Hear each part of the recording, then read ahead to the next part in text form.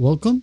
In this video, I'll show you how to move Valorant to another drive. Alright, just go ahead and open up your Riot client. Now once you're in here, go ahead over to Valorant.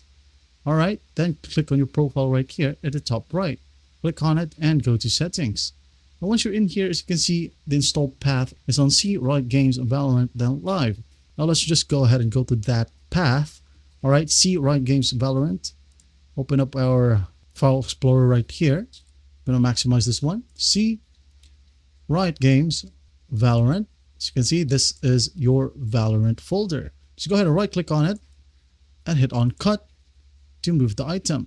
Now let's say, for example, we wanted to move it on another drive right here. I'm going to right click and hit on paste. All right, let's just wait for it to finish. Now, while our Riot client right here is still open, let's just go ahead and close this one. Close. Right click on Riot client and hit on exit. All right. Then wait for the process to finish. All right, as you can see here, it's done. Let's just go ahead and open up Riot client again. There will be a pop-up. Just click on yes. All right, in here, just go ahead over to Valorant. Then click on install. Now in here, instead of clicking on install, just click on already installed. Click on this one right here. Now find the folder. All right.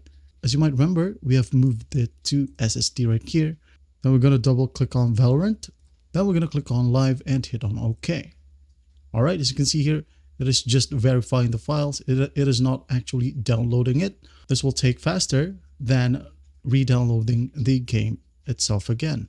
All right, as you can see here, it's done. Just go ahead and restart your computer first. After that, play Valorant from your Riot client and you'll be good to go. Well, I hope this video helps, and I'll see you in the next one.